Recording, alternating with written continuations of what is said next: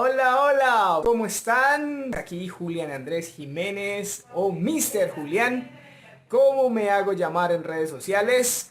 Hoy les tengo una masterclass muy especial.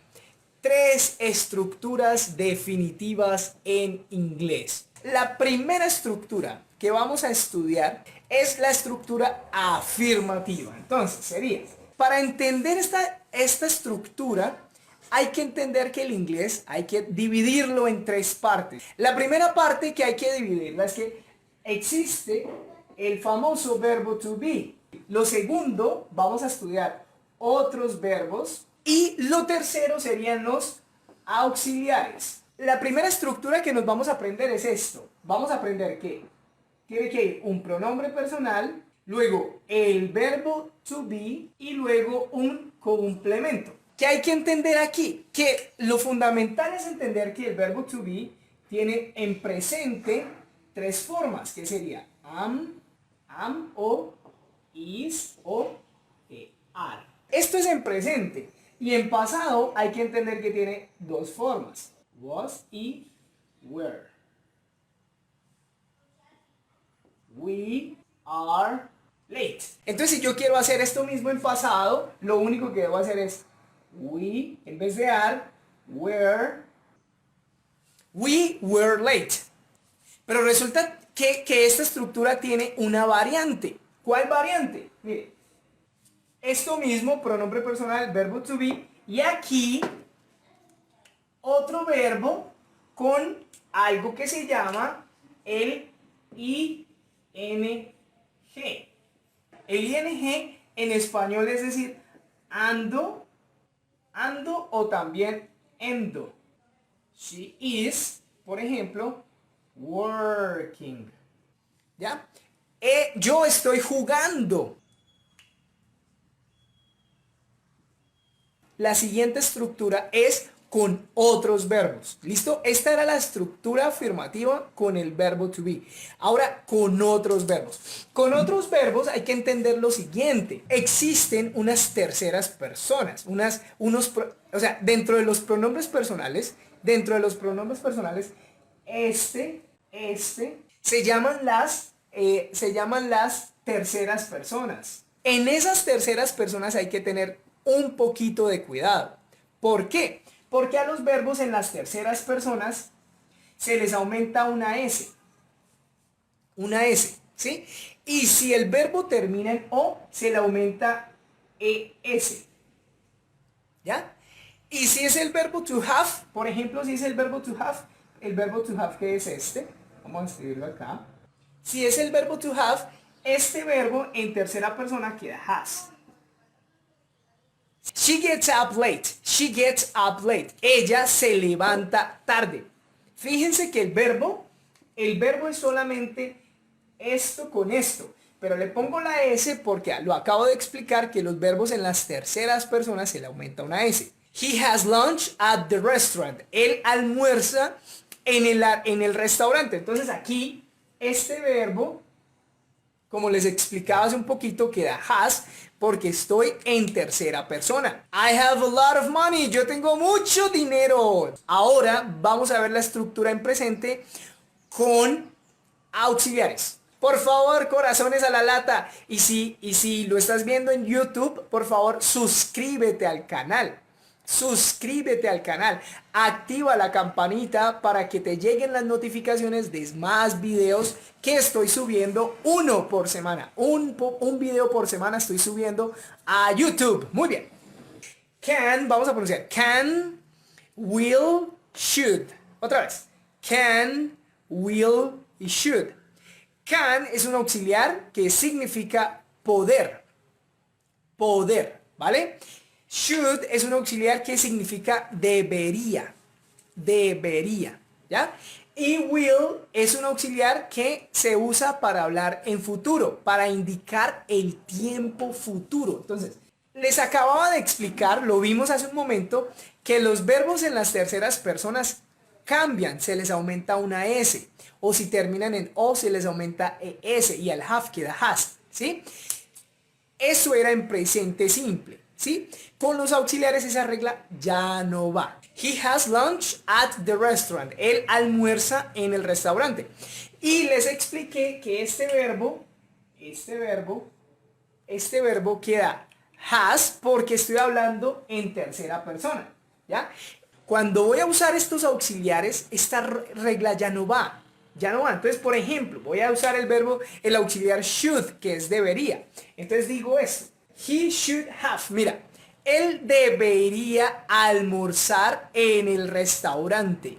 She is late. Ella está atrasada. She will be late. En futuro ya no se usa am, is o are, sino que se usa el verbo en forma simple, que en este caso es be. Interrogative statement, o sea, la frase interrogativa, la estructura interrogativa.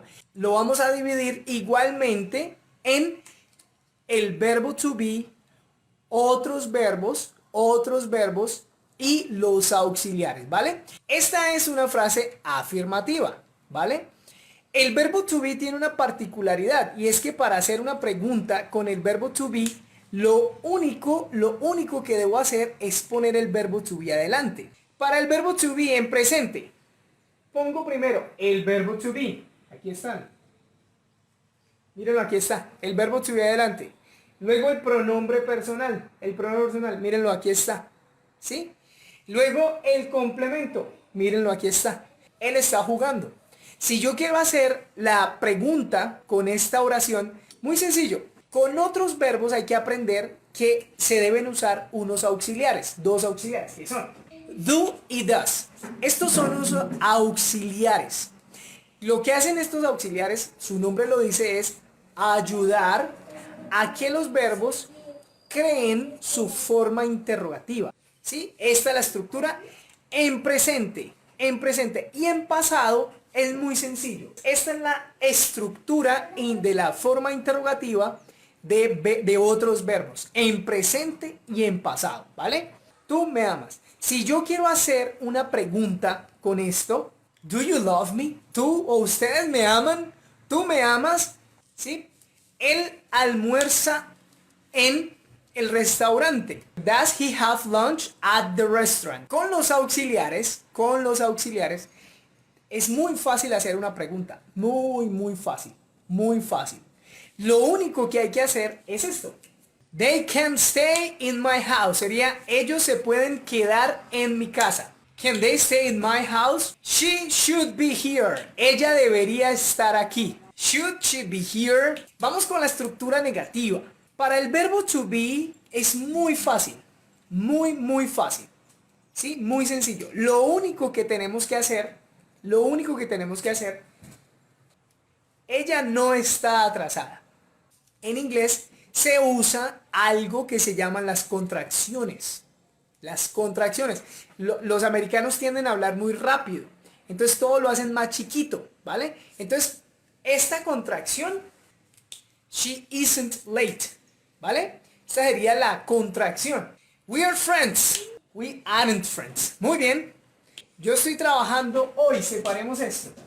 I am not working today. Sigamos entonces. Entonces vamos con la estructura negativa con otros verbos. Fíjense que en la interrogativa habría que usar do y does. ¿Cierto? Eso fue lo que les expliqué con la interrogativa. En la negativa también. Solamente que aquí le aumento not y does not. ¿Sí? Y la contracción de esto, de estas queda así, mira. Esta queda don't. Y esta queda doesn't. Tú me amas. Ahora, ¿cómo sería tú no me amas? You don't love me. He doesn't have lunch at the restaurant. ¿Sí? Él no almuerza en el restaurante. ¿Por qué? Porque recuerden que cuando uso un verbo con un auxiliar, el verbo va en forma simple. Con los auxiliares es más fácil todavía. ¿Por qué? Porque con los auxiliares, por ejemplo, can, can, ¿sí está bien escrito? Solamente se le aumenta not. ¿Sí? Should. También se le aumenta not. Y will también se le aumenta not. ¿Sí? Pero, eso es lo que hay que hacer. Pero estos auxiliares tienen unas contracciones. ¿Ya? Entonces, por ejemplo, este queda así. Can't, shouldn't, won't. She will be happy. ¿Cómo quedaría esta oración negativa? She won't be happy. He can't stay here. Él puede quedarse aquí. He can't stay here. Muy bien, muy bien, muy bien. Hasta aquí les entregué lo prometido. Las 3 estructuras definitivas en inglés. Pero no se vayan porque tengo un bonus track. La estructura negativa interrogativa. She isn't working. Ella no está trabajando. Ella no está trabajando. Fíjense que primero pongo el verbo to be, negando pues con el not. Luego el pronombre personal. Y luego el complemento. Y el signo de interrogación. Ellos no están jugando fútbol. Aren't they playing football? He doesn't have lunch at the restaurant. Doesn't he have lunch? Y aquí, signo de interrogación. He shouldn't stay here tonight. Él no debería quedarse aquí esta noche. Shouldn't he stay? Shouldn't he stay here tonight? Así. Les agradezco mucho que hayan estado aquí hoy. Bye bye. See you babies. Los espero en la próxima masterclass. Bye bye.